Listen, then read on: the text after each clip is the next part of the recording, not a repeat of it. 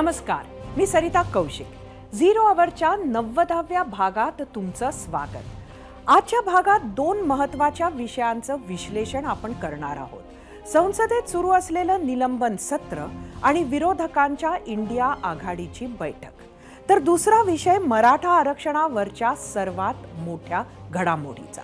मात्र सुरुवात करूयात दिल्लीतील घडामोडींनी.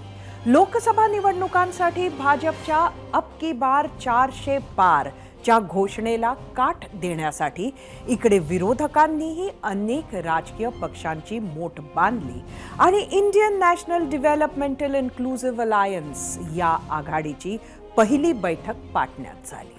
त्यानंतर बंगळुरू, मुंबईनंतर आज नवी दिल्लीत चौथी बैठक पार पडली. आजच्या बैठकीत सर्वात मोठी गोष्ट घडली ती म्हणजे अरविंद केजरीवाल आणि ममता बॅनर्जी यांनी काँग्रेस अध्यक्ष मल्लिकार्जुन खरगे यांचं नाव पंतप्रधान पदासाठी सुचवलं. इतकंच नाही तर इंडिया आघाडीच्या समन्वयक पदासाठीही खरगेंचंच नाव पुढे आलं. त्यावर खरगेंनी काय उत्तर दिलंय ते आपण पाहणार आहोतच. मात्र बैठकीच्या आधी आज सकाळी दोन गोष्टींनी आघाडीचं टेन्शन वाढलं. त्यातील पहिली गोष्ट ही, या आघाडीचा समन्वयक म्हणून बैठकी आधीच दिल्लीतील रस्त्यांवर नितीश कुमारांचे झळकलेले बॅनर्स. आणि दुसरी गोष्ट म्हणजे उद्धव ठाकरेंची मागणी, किमान आता तरी आघाडीला समन्वयक असावाच असे त्यांनी मीडियाला सांगितले. दिल्लीच्या थंडीमध्ये सुरू असलेल्या बैठकीचं तापमान हे संसदेत झालेल्या निलंबनांमुळे तसेच वाढलेले होते. 3 तासांपेक्षा जास्त काळ चाललेल्या बैठकीत आणखी काय काय घडलं यावर चर्चा करण्यासाठी आपल्यासोबत खासदार सुप्रिया सुळे देखील असणार आहेत. मात्र त्याआधी पाहुयात उद्धव ठाकरेंच्या मागणीवर आम्ही विचारलेला प्रश्न. तोच पाहण्यासाठी जाऊया आपल्या मीडिया सेंटरला. आजचा आपला प्रश्न होता, इंडिया आघाडीत आता पुढे जाण्याआधी समन्वयकाचा चेहरा दिला पाहिजे. उद्धव ठाकरेंची ही भूमिका पटते का? तुम्हाला सांगायचं होतं होय किंवा नाही. दरम्यान जेव्हा बैठक संपली तेव्हा जी पत्रकार परिषद झाली त्यात फक्त नियुक्त झालेले काँग्रेस अध्यक्ष मल्लिकार्जुन खरगेंनीच छोटेखानी भाषण केले आणि अवघ्या देशात ज्याची चर्चा सुरू झाली त्याच पंतप्रधान पदावरच्या प्रश्नाचं उत्तरही त्यांनी दिलं. हमने पहले सभी लोग जीत के आना है, जीत के लिए क्या करना उसके बारे में हम सोचे. कौन प्राइम मिनिस्टर बनना ये बाद में की बात है. एमपीज अगर नहीं है तो प्राइम मिनिस्टर की बात करके क्या फायदा है. तो इसीलिए हम पहले अपनी संख्या बढ़ाने के लिए एक होकर सभी लोग लड़ के हम मेजॉरिटी लाने की कोशिश करेंगे. और बीजेपी आज जो, और मोदी जी बहुत इतना 1-2-3 इलेक्शन होने के बाद उनको तो इतना घमंड आया कि अब देश में मेरे सिवाय कोई नहीं बचेगा या दुनिया में भी मैं एक ही लीडर हूँ प्रचार करते हैं. तो हम पहले जीतने की कोशिश करेंगे और एक होकर जीतेंगे. त्यामुळे एक गोष्ट आज स्पष्ट झाली की इंडिया आघाडीचा पंतप्रधान पदाचा चेहरा निवडणुकीच्या आधी कळणार नाहीये. आज दुपारी जेव्हा दिल्लीमध्ये इंडिया आघाडीची बैठक सुरू झाली नेमकं त्याच्या काही तास आधीच संसदेतून एक मोठी बातमी आली. गेल्या आठवड्यात संसदेत घुसखोरी झाली. त्यावरून विरोधक आजही आक्रमक होते आणि त्याच गोंधळामुळे कालप्रमाणे आजही मोठ्या संख्येनं खासदारांचं निलंबन झालं. गेल्या 3 दिवसांमध्ये संसदेतून विरोधकांचे एकूण 141 खासदार निलंबित झाले. त्यात राष्ट्रवादी काँग्रेसच्या सुप्रिया सुळे आणि अमोल कोल्हेंचाही समावेश आहे. याच निलंबनाच्या विषयावरूनही इंडिया आघाडीत चर्चा झाली. याच निलंबनाचा निषेध म्हणून येत्या शुक्रवारी म्हणजेच 22 डिसेंबरला देशभरात आंदोलनं करणार असल्याची घोषणा काँग्रेस अध्यक्ष मल्लिकार्जुन खरगेंनी केली आहे. निलंबनाच्या मुद्द्यावर आघाडीत एकमत होताना दिसतंय. मात्र अनेक असे मुद्दे आहेत जे आघाडीसाठी मोठे आव्हान ठरणार आहेत. कोणते आहेत ते मुद्दे पाहूयात टीम झिरो आवरचा स्पेशल रिपोर्ट.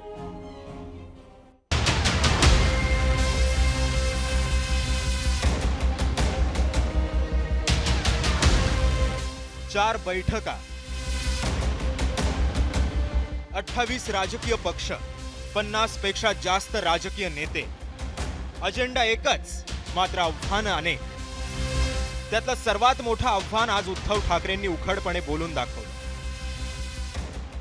शेवटी अगदी मोदीजींच्या समोर चेहरा हा एक विषय असला तरी देखील ह्या आघाडीला आता कोणीतरी एकत्रित एक समन्वयक म्हणा, निमंत्रक म्हणा, त्याच्यानंतर जर शक्य असेल आत्ता एवढ्यामध्ये तर एखादा चेहरा आपल्याला ठरवता येतो का, त्याचाही विचार आज नाही तर उद्या हा करावा लागेल. जो मुद्दा उद्धव ठाकरेंनी उपस्थित केला त्याच मुद्द्यावरून सत्ताधाऱ्यांनी टीका केली होती.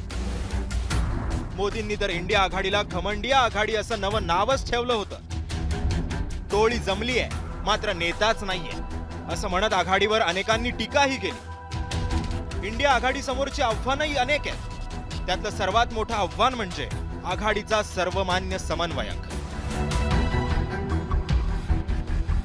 जेव्हा पाटण्यात इंडिया आघाडीची स्थापना झाली त्यावेळी या आघाडीला एक समन्वयक मिळेल असं वाटलं होतं, पण तेव्हा याविषयी निर्णय झाला नाही. नितीश कुमारांच्या नावाची चर्चा होती. नंतर दुसरी बैठक बंगळूरला झाली, तिथेही या आघाडीला संयोजक किंवा समन्वयक मिळू शकलेला नव्हता. तिसरी बैठक मुंबईत झाली, त्यावेळी शरद पवारांचं नाव संयोजक म्हणून पुढे येत होतं, मात्र शरद पवारांच्या नावावरही शिक्कामोर्तब होऊ शकला नाही. आघाडीला संयोजक आणि समन्वयक मिळू शकलेला नाही. आता चौथी बैठक दिल्लीत होते. त्या बैठकी आधीच नितीश कुमारांच्या नावानं पोस्टर झळकलेत. त्यामुळे या बैठकीत तरी या इंडिया आघाडीला एक समन्वयक, संयोजक किंवा निमंत्रक तरी मिळणार का, याविषयी चर्चा सुरू आहे. याच इंडिया आघाडी समोरचं आव्हान क्रमांक 2 म्हणजे लोकसभा जागा वाटप, ज्याचा उल्लेख पश्चिम बंगालच्या मुख्यमंत्री ममता बॅनर्जींनी केला. I don't have any problem if they have the genuine things. But Bengal, you know that they have only 2 seats. But you are open to an alliance with the Congress? No, I am open to talk. I am open to discuss. आघाडीच्या पहिल्या बैठकीपासूनच सर्वाधिक चर्चा होती ती म्हणजे जागा वाटपाची. भाजपला मतविभागणीचा फायदा मिळू नये म्हणून भाजप विरोधात विरोधकांकडून एकाच एक उमेदवार यावर आघाडीमध्ये जवळपास सगळ्याच पक्षांची सहमती झाली आहे. केरळमध्ये काँग्रेस विरुद्ध डावे अशी थेट लढत आहे, तर तृणमूल काँग्रेस विरोधात पश्चिम बंगालमध्ये हाच काँग्रेस पक्ष आणि डाव्यांची मैत्री आहे. पंजाब आणि दिल्लीत मात्र काँग्रेसची आम आदमी पक्षासोबत कायम स्पर्धा सुरू असते. त्यामुळे इंडिया आघाडीतील जागा वाटप नेमकं कसं होणार यावर या इंडिया आघाडीचं राजकीय यश अवलंबून असेल. त्यामुळे आता काँग्रेस किती जागांवर बलिदान देणार आणि किती जागा सोडणार हेही पाहावं लागणार आहे. ही चर्चा होण्याआधीच इंडिया आघाडी समोर आज दिल्लीत आणखी एक आव्हान उभं ठाकलं. संसदेतील घुसखोरी प्रकरणानंतर गेल्या 2 दिवसांपासून हिवाळी अधिवेशनात गोंधळ आणि निलंबन हेच चित्र आहे. आतापर्यंत लोकसभेत 95 तर राज्यसभेत 46 विरोधी खासदारांचं निलंबन झालंय. दिल्लीत होणाऱ्या आघाडीच्या बैठकीवरून लक्ष हटवण्यासाठीच निलंबन सुरू केल्याच्या चर्चाही सध्या सुरू झाल्यात. अब ये किस मुंह से लोकतंत्र का मंदिर कहेंगे जब विपक्ष को इस तरीके से बाहर कर देंगे. ये शुरुआत है अपनी मन मानी चीजें करने की, और अगली बार ये आ गए तो बाबा साहब भीमराव अम्बेडकर जी का संविधान खत्म हो जाएगा. याच आव्हानांमध्ये आणखी एक महत्त्वाचं आव्हान म्हणजे मोदींविरोधात लढत असताना विरोधासाठी एकमताचे मुद्दे शोधणं. अनेक पक्षांच्या विचारधारा वेगवेगळ्या आहेत. त्यांचा विचार करूनच प्रचार करणं, प्रचारामध्ये मित्रपक्षासाठी अडचणीचे मुद्दे टाळणं, समान किमान कार्यक्रमाची अंमलबजावणी काटेकोरपणे करणं. कारण पाटण्यात झालेल्या बैठकीनं देशात 6 राज्यांमध्ये विधानसभांच्या निवडणुका झाल्या. त्यामध्ये इंडिया आघाडीला एकजूट दाखवण्याची संधी होती, मात्र तसं काही झालंच नाही. मध्य प्रदेश, राजस्थान आणि छत्तीसगडमध्ये तर समाजवादी पक्ष विरुद्ध काँग्रेस असा संघर्ष झाला. त्यामुळे विधानसभांमध्ये न दिसलेली एकजूट लोकसभेवेळी दाखवण्याचं आव्हानही या आघाडीसमोर असणार आहे. 0 आवर, ABP माझा.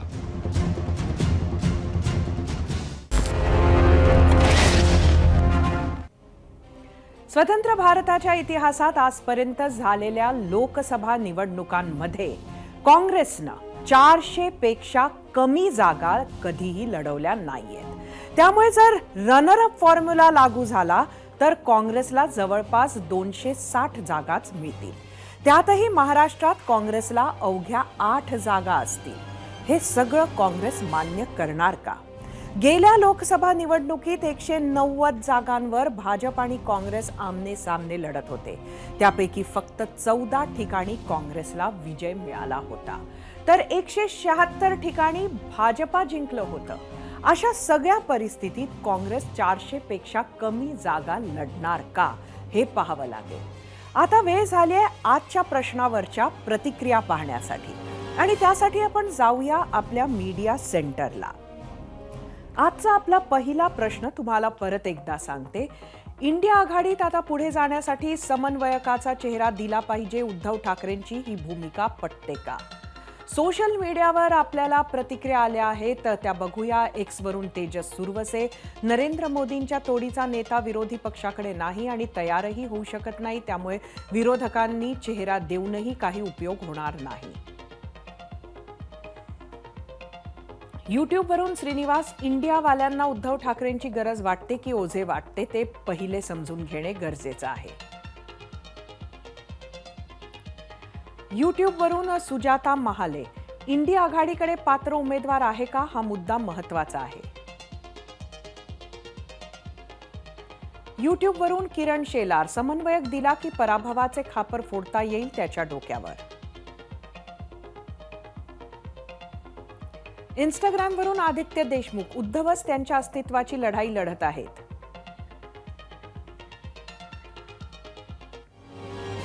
संसदेत 3 दिवसांपासून सुरू असलेलं निलंबन सत्र, 28 विरोधी पक्षांच्या इंडिया आघाडीची बैठक, त्याच निलंबनावरूनच चर्चा. मात्र इंडिया आघाडीच्या नेतृत्वावरून 4थ्या बैठकीतही निर्णय नाहीच. हे सगळं आपण पाहिलं.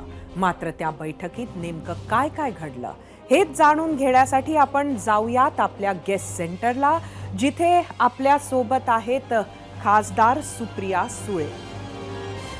सुप्रियाताई, एबीपी माझाच्या 0 आवरमध्ये आपलं स्वागत आहे. आणि खरं तर आपण अनेक वेळा उत्कृष्ट पार्लमेंटेरियनचा अवॉर्ड आपण जिंकलेला आहे, मात्र आज आपलं निलंबन झालंय, काय सांगा? पहिली गोष्ट तर राष्ट्रवादी काँग्रेस पक्ष गेले 24 वर्ष त्याचे मेंबर आहेत पार्लमेंटमध्ये, संसदेत. आणि आदरणीय पवारसाहेबांनी काही नियम कायदे पक्षाला लावून दिलेत.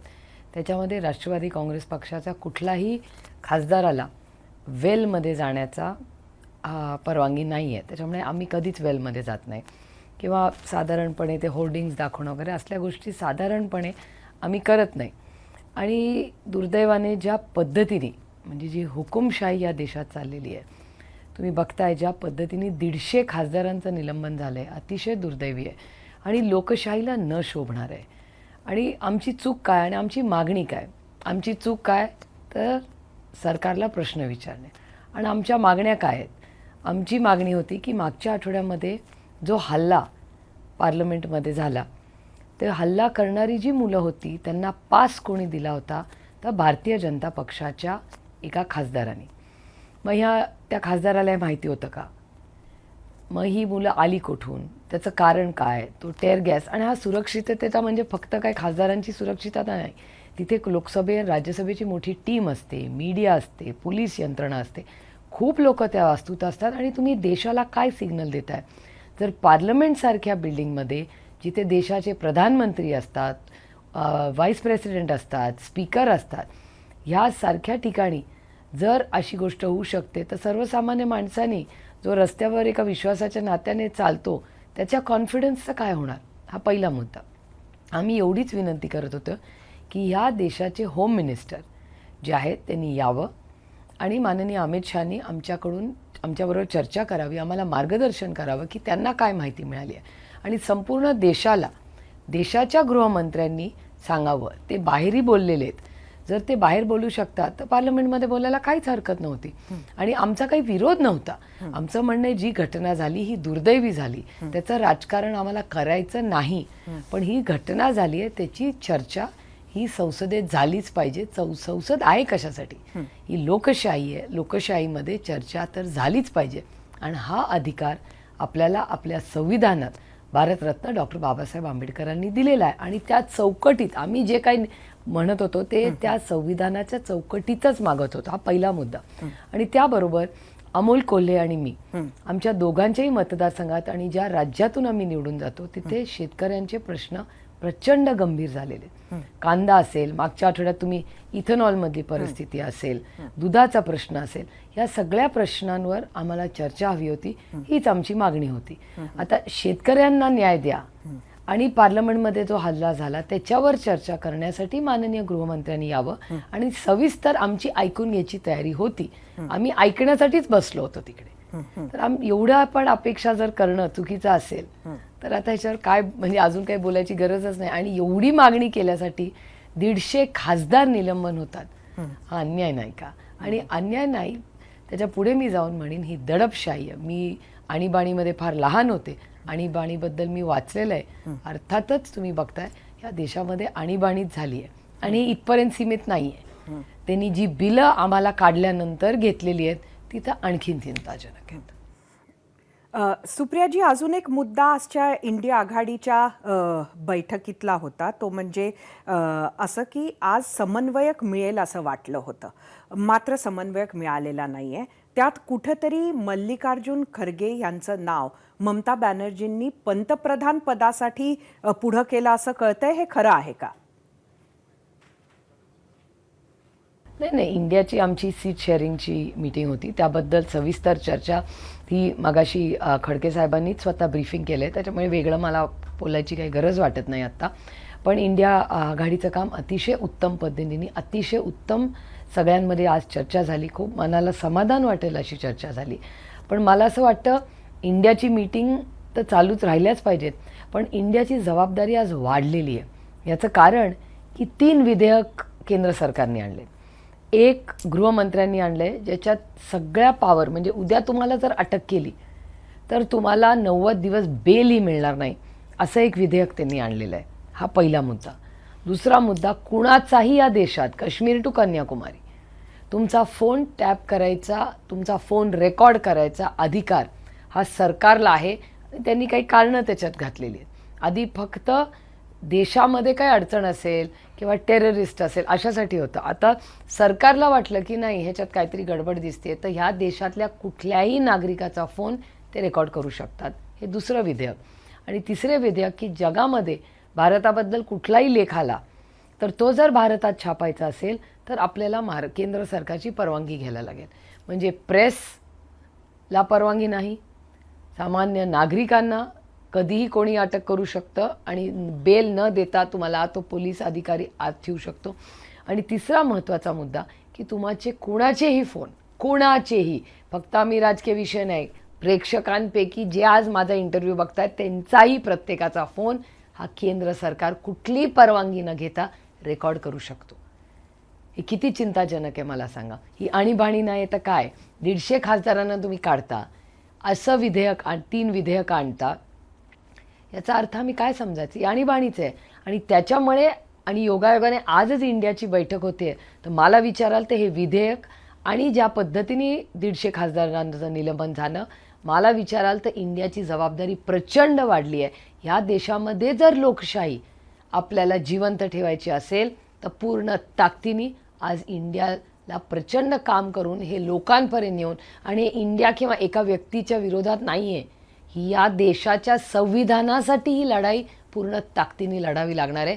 कारण का मोकळा श्वास घ्यायचा अधिकार तुम्हाला आणि मला आपल्या संविधानाने दिलेला आहे आणि तो अधिकार आपल्याला भारतरत्न डॉक्टर बाबासाहेब आंबेडकरांनी दिला आहे आणि तो आम्ही कोणालाही काढून घेऊ देणार नाही.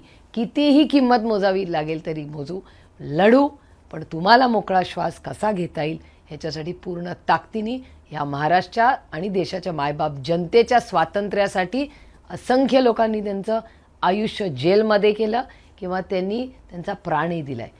आम्ही विसरलेलो नाहीये, सत्तेमधले लोक विसरले आहेत आता. सुप्रियाजी, आज इंडिया आघाडीची बैठक होती. तुम्ही म्हटलं जागा वाटपाचा प्रश्न होता. मात्र सगळ्यात महत्त्वाची गोष्ट जी होती ती म्हणजे आज ममता बॅनर्जींच्या मताशी राष्ट्रवादी काँग्रेस सहमत आहे की खरगेंच्या पंतप्रधान पदाचा चेहरा हा आधी दिला पाहिजे निवडणुकीच्या की नंतर? तुमची काय भूमिका आहे? नंतर झाला ना आधी झाला. तर 4 राज्यांची इलेक्शन झाली. 3 राज्यांमध्ये तुमच्याच चॅनलवर मी पाहिलं असे लोक मुख्यमंत्री झाले जे तुम्हालाही तुमच्या रिपोर्टर्सलाही आश्चर्य वाटलं. अशा गोष्टी जर राज्यात होऊ शकतात तर देशात का नाही होऊ शकत? त्याच्यात काय, माझं म्हणणं आहे की चांगले लोक निवडून आले पाहिजेत, ज्यांनी मायबाप जनतेची सेवा केली पाहिजे, चांगली धोरणं केली पाहिजेत. त्याच्यात नेता हाच असा पाहिजे हा आग्रह कशासाठी? आज मल्लिकार्जुन खरगेंचं नाव समोर आलं. आमची आशा अपेक्षा जे संकेत मिळत होते ते असं वाटत होतं की शरद पवार साहेबांचंच नाव खरं तर पुढे येईल, आयदर समन्वयक म्हणून किंवा पंतप्रधान पदासाठी. तुम्हाला तीच अपेक्षा होती का? मला असं वाटत नाही. आता देशासाठी जीव ओतून काम करायची वेळ आहे. त्याच्यात तुम्ही समन्वयकाचं पद वगैरे ह्याला मला विचाराल तर आता ती वेळ नाही. आम्ही सगळ्यांनी एकत्र येणं, एकत्र काम करणं आणि देशाचं संविधान वाचवणं आणि तुमच्या सगळ्यांचे म्हणजे आज जे प्रेक्षक माझ्याकडे बघतायत त्यांना जे अधिकार आहेत ते टिकवून ठेवायची जबाबदारी आज इंडियावर आहे. त्याच्यामुळे समन्वयक पद ह्याच्यात मला वाटतं कोणीच आम्ही अडकू नये. आम्ही पूर्ण ताकदीने हा देश जो संविधानाच्या पूर्णपणे विरोधी दिशेने आज चाललेला आहे.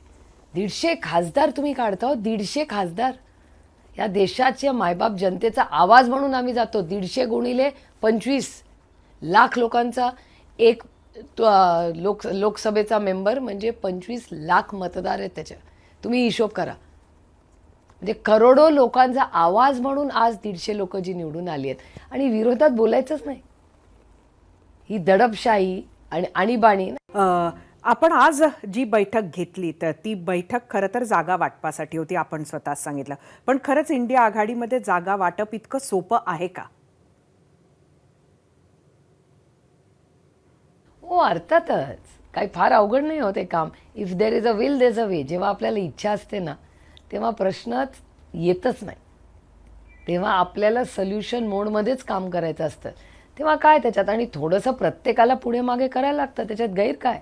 लार्जर गोल आपण नक्की कशासाठी लढतोय? तर जर आपण संविधानासाठी आणि स्वातंत्र्यासाठी लढतोय त्याच्यामुळे सीट शेअरिंगच्या विषयात फार अडचण होईल असं मला अजिबात म्हणजे माझ्या मनात अजिबातच शंका नाही. सुप्रियाताई, आपले खूप खूप धन्यवाद. आपण 0 आवरमध्ये खास वेळ काढून दिल्लीतून जॉईन झालात. वेळ झाली आहे पोल सेंटरला जाण्याची आणि उद्धव ठाकरेंच्या मागणीवर महाराष्ट्राचा कौल पाहण्याची. आजचा आपला प्रश्न तुम्हाला परत एकदा सांगते.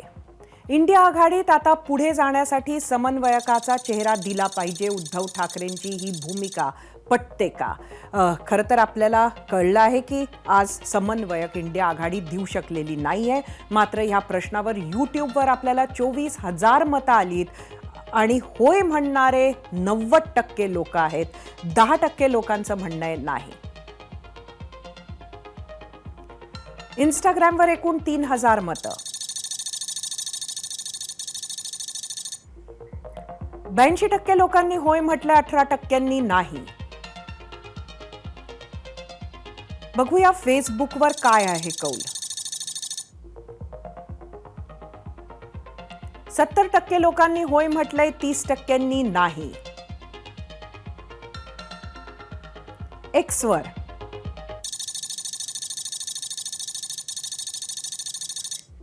88% लोकांनी होय म्हटलंय, 12% नाही. सोशल मीडियाचा कौल हा स्पष्ट आहे.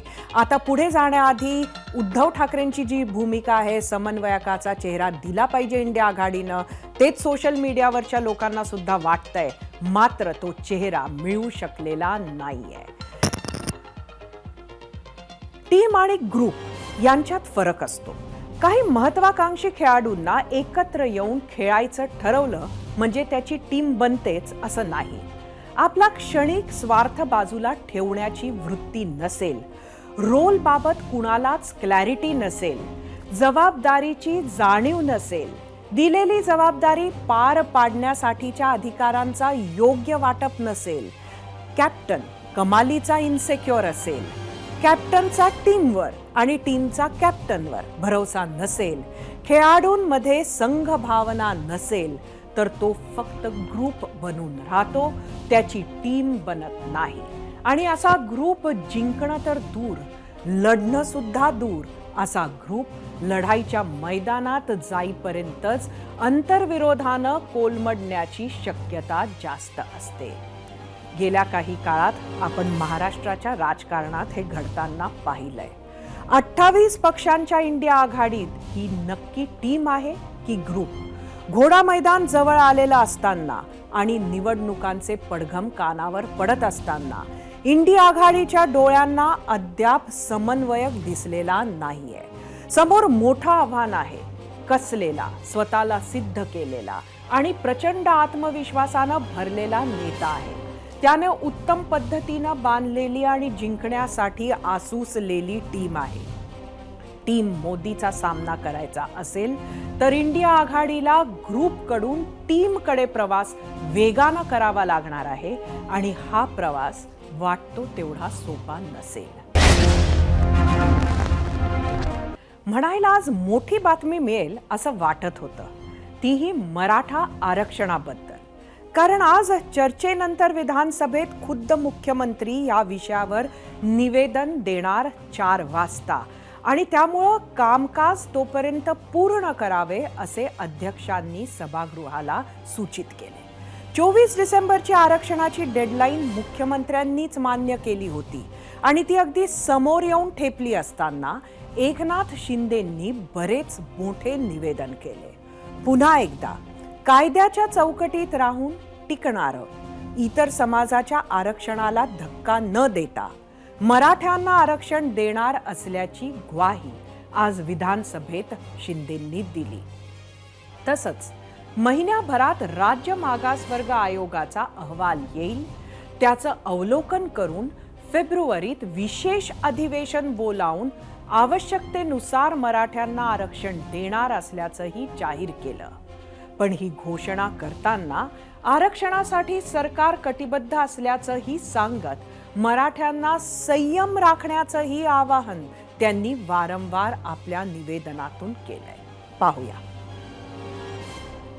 मराठा समाजाला आरक्षण देण्यासाठी मी आपल्याला अध्यक्ष महोदय सांगू इच्छितो, सभागृहाला सांगू इच्छितो की आवश्यकतेनुसार हे जे राज्य मागासवर्ग आयोगाचा अहवाल आल्यानंतर फेब्रुवारीमध्ये विधिमंडळाचं विशेष अधिवेशन बोलवून आवश्यकतेनुसार मराठा समाजाला आरक्षण दिलं जाईल. आणि हे मराठा समाजाला आरक्षण देताना इतर कुठल्याही समाजावर अन्याय होणार नाही याची खात्री देखील मी या ठिकाणी देऊ इच्छितो. मुख्यमंत्र्यांनी आता मराठ्यांना आरक्षणासाठी 2024चा फेब्रुवारी महिना सांगितलाय. मात्र फेब्रुवारीत लोकसभा निवडणुकीची घोषणा होऊन देशभरात आचारसंहिता लागू होण्याचीही शक्यता वर्तवली जाते. त्यामुळे महायुती सरकार मराठा आरक्षणाची घोषणा कशी करणार हाही प्रश्न आहेच. आणि याच विषयाला अनुसरून आम्ही तुम्हाला मराठा आरक्षणासंदर्भात महत्त्वाचा प्रश्न विचारला होता. तो प्रश्न पाहण्यासाठी जाऊया आपल्या पोल सेंटरला. आजचा आपला दुसरा प्रश्न मराठा आरक्षणावरून. मराठा आरक्षणाचे भवितव्य काय असा हा प्रश्न होता. आम्ही तुम्हाला 3 पर्याय दिले होता. तोडगा निघेल का, की पुन्हा आंदोलन होईल महाराष्ट्रात, की जैसे थे अशी परिस्थिती राहील. 24 डिसेंबरची डेडलाईन सतत बोलून दाखवणाऱ्या मराठा आंदोलक मनोज जरांगेंनी मुख्यमंत्री शिंदेंची मराठा आरक्षणासाठीची फेब्रुवारीची डेडलाईन मात्र अमान्य केली आहे. 24 डिसेंबरचा अल्टिमेटम सरकारने पाळला नाही तर आम्हाला नव्यानं आंदोलन उभारावं लागेल असा इशाराच मनोज जरांगेंनी सरकारला दिलाय. पण हा इशारा देताना मुख्यमंत्र्यांच्या भूमिकेमुळे आम्ही समाधानी असल्याचंही सांगण्यास जरांगे विसरले नाहीत. पाहुयात. 23 डिसेंबरच्या आत तुम्ही महाराष्ट्रातल्या सगळ्या मराठ्यांना आरक्षण द्यावं. मात्र पुढची जी तुमची डेडलाईन आहे ती आम्हाला मान्य नाही. आम्हाला जर तुम्ही आरक्षण जे आपलं ठरलंय त्या कागदाप्रमाणे त्यातला एक शब्द आपण घेतलाय त्याप्रमाणे आणखीन 2 शब्द त्यामध्ये घेऊन जर 24 डिसेंबरपर्यंत आपण आरक्षण द्यावं याची आम्ही वाट बघतोय. तुम्ही नाही दिलं तर आंदोलन मात्र आम्ही 24 डिसेंबरला पुकारणार आहे. मराठा आरक्षणाचा मुद्दा महाराष्ट्रात दिवसेंदिवस तापत चाललाय. एकीकडे सरकार आरक्षणासाठी नवनवीन तारखा देत असताना दुसरीकडे मराठा आंदोलक जरांगे सुद्धा मराठा आरक्षणात नवनवीन मागण्या करत आहेत. त्यामुळे मराठा आरक्षणाचा हा गुंता अधिकच वाढण्याची शक्यता वर्तवण्यात येते. पाहूया हा रिपोर्ट.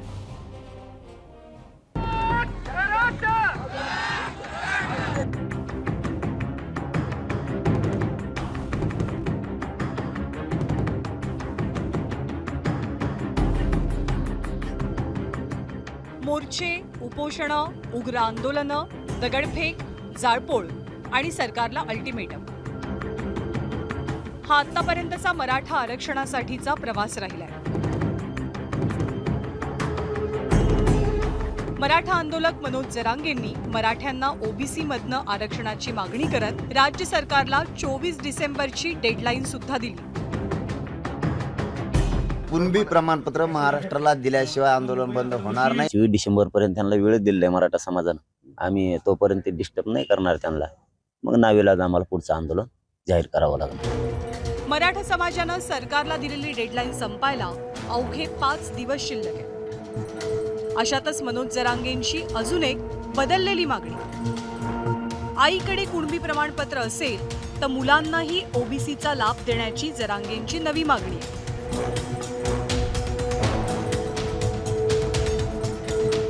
मराठा आणि कुणबीमध्ये नातं तर होत आहे.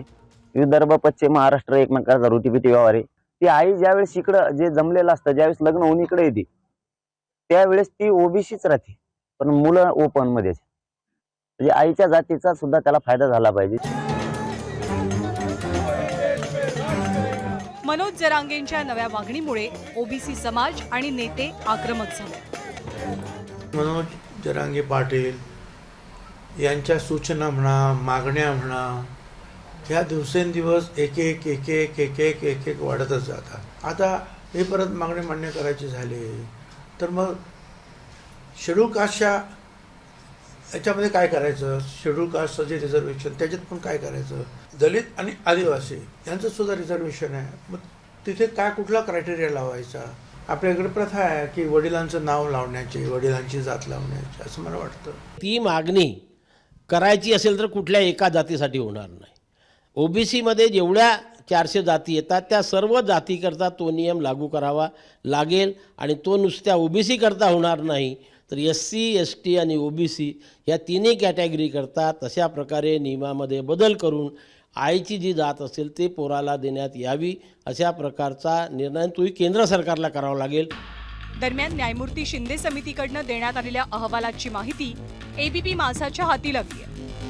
या कागदपत्रांमध्ये मराठा समाजाला जात प्रमाणपत्र देण्यासाठीच्या आवश्यक नोंदी असल्याची सूत्रांची माहिती आहे.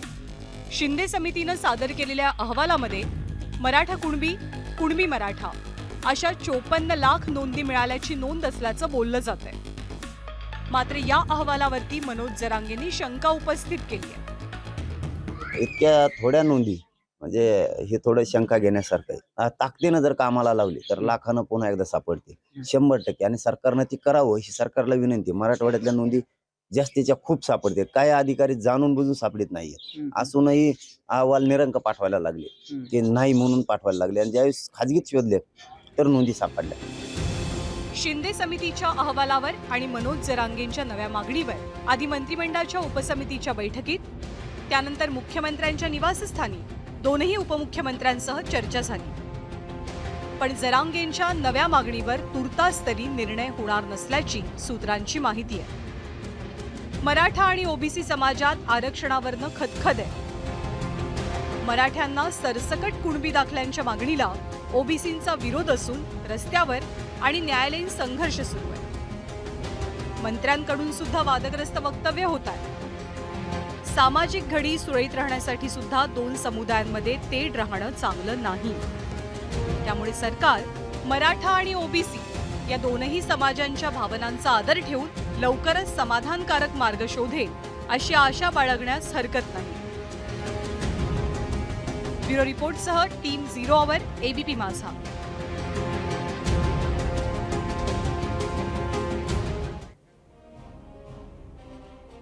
आम्ही विचारलेल्या प्रश्नावर तुम्ही काय प्रतिक्रिया दिल्या आहेत त्या पाहण्यासाठी आपण जाऊया आपल्या मीडिया सेंटरवर. आजचा आपला प्रश्न तुम्हाला परत एकदा सांगते. मराठा आरक्षणाचे भवितव्य काय हे आम्ही तुम्हाला विचारलं होतं. हे 3 पर्याय आम्ही दिले होते. काय प्रतिक्रिया आल्यात बघूया. एक्स वरून रोहन कदम, मुख्यमंत्री नक्कीच मराठा समाजाला आरक्षण मिळवून देतील. एक्स वरूनच अनिल पवार, महायुती सरकार मराठा समाजाच्या आरक्षणावर नक्कीच तोडगा काढतील याची खात्री आहे. एक्स वरून बाबासाहेब राक्षे, मराठा आरक्षण कायद्यात बसवून कोर्टात टिकेल अशा स्वरूपात सरकारला तयार करायचं आहे. जरांगे पाटलांनी जी मुदत दिली तोपर्यंत तोडगा निघेल असे वाटत नाही. युट्यूबवरून सुशांत चौगुले, निवडणुकीपर्यंत कुणबी प्रमाणपत्रे वाटप सोडलं तर निवडणुकीच्या अनुषंगानं कोणताच दुसरा धाडसी निर्णय सरकार घेईल असं सध्या तरी दिसत नाही.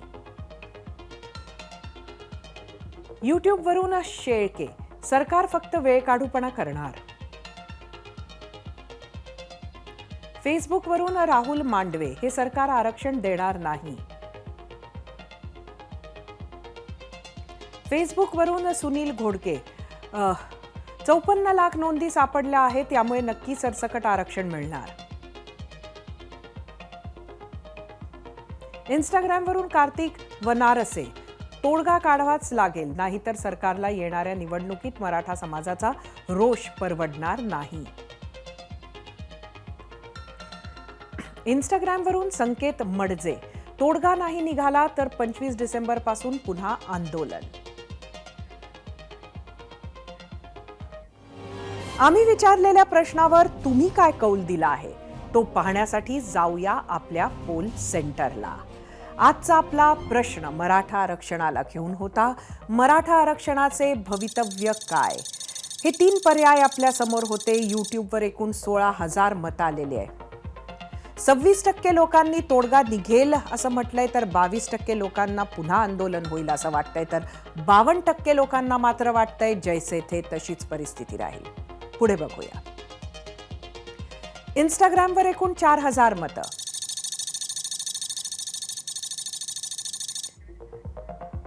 %41 लोकांना वाटतंय तोडगा निघेल, 25% पुन्हा आंदोलन करावं लागेल, 34% जैसे थे. एक्सवर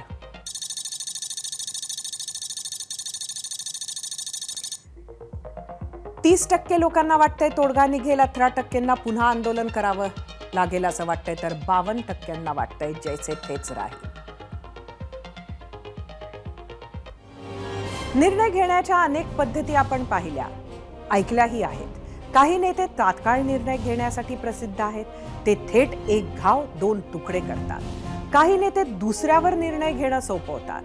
काही नेते अवघड विषयावर आपल्या नंतर येणारा निर्णय घेईल अशी तजवीज करतात. काही वेळा निर्णयाची फळं दुसऱ्याला भोगायची असतात म्हणून हॉचपॉचमध्ये निर्णय घेतला जातो. काही नेते निर्णय घेणं शक्य तितकं लांबवत राहतात. त्याला थंडा करके खाव असं म्हटलं जातं. भारताचे 9वे पंतप्रधान PV नरसिंह राव यांचं अतिशय प्रसिद्ध वाक्य आहे, मी निर्णय घेत नाही अशी टीका होते पण निर्णय घ्यायचा नाही हा सुद्धा मी घेतलेला निर्णयच असतो असं ते म्हणाले होते. काही विषयांवर कुणालाच लवकर निर्णय झालेला नको असतो. कधी कधी निर्णय घेणाऱ्याला श्रेय मिळेल या भीतीने चांगला निर्णय घेण्यात विघ्न आणण्याचं कामही आजूबाजूच्यांकडून केलं जातं. मराठा आरक्षणाचं तेच झालं. त्यामुळे गेली 40 वर्ष हा मुद्दा भिजत ठेवला गेला. आधी देवेंद्र फडणवीस सरकारनं आणि आता शिंदे सरकारनं प्रामाणिकपणे काम केलं आहे, करत आहेत अशी सर्वसामान्य मराठा समाजाची भावना आहे.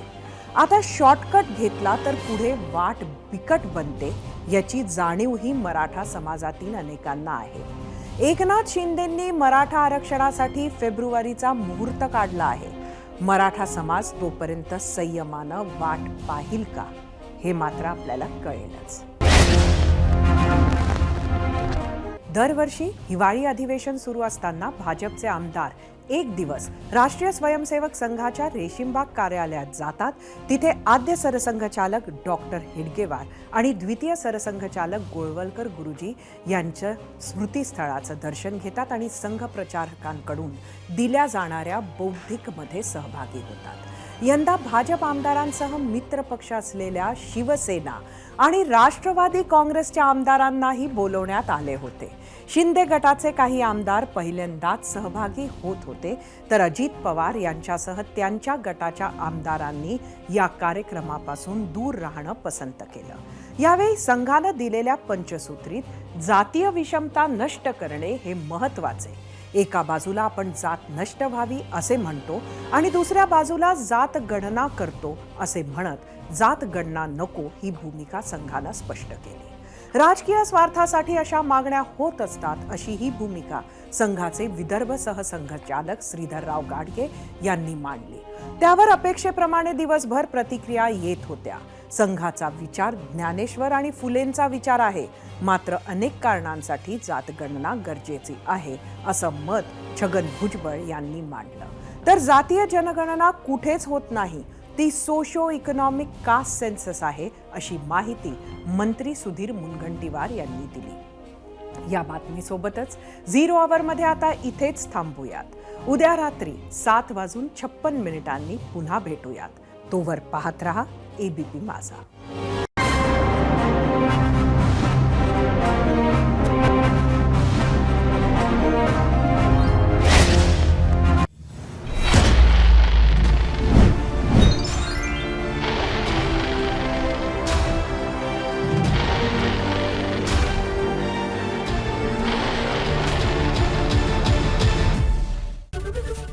एबीपी माझा, उघडा डोळे बघा नीट.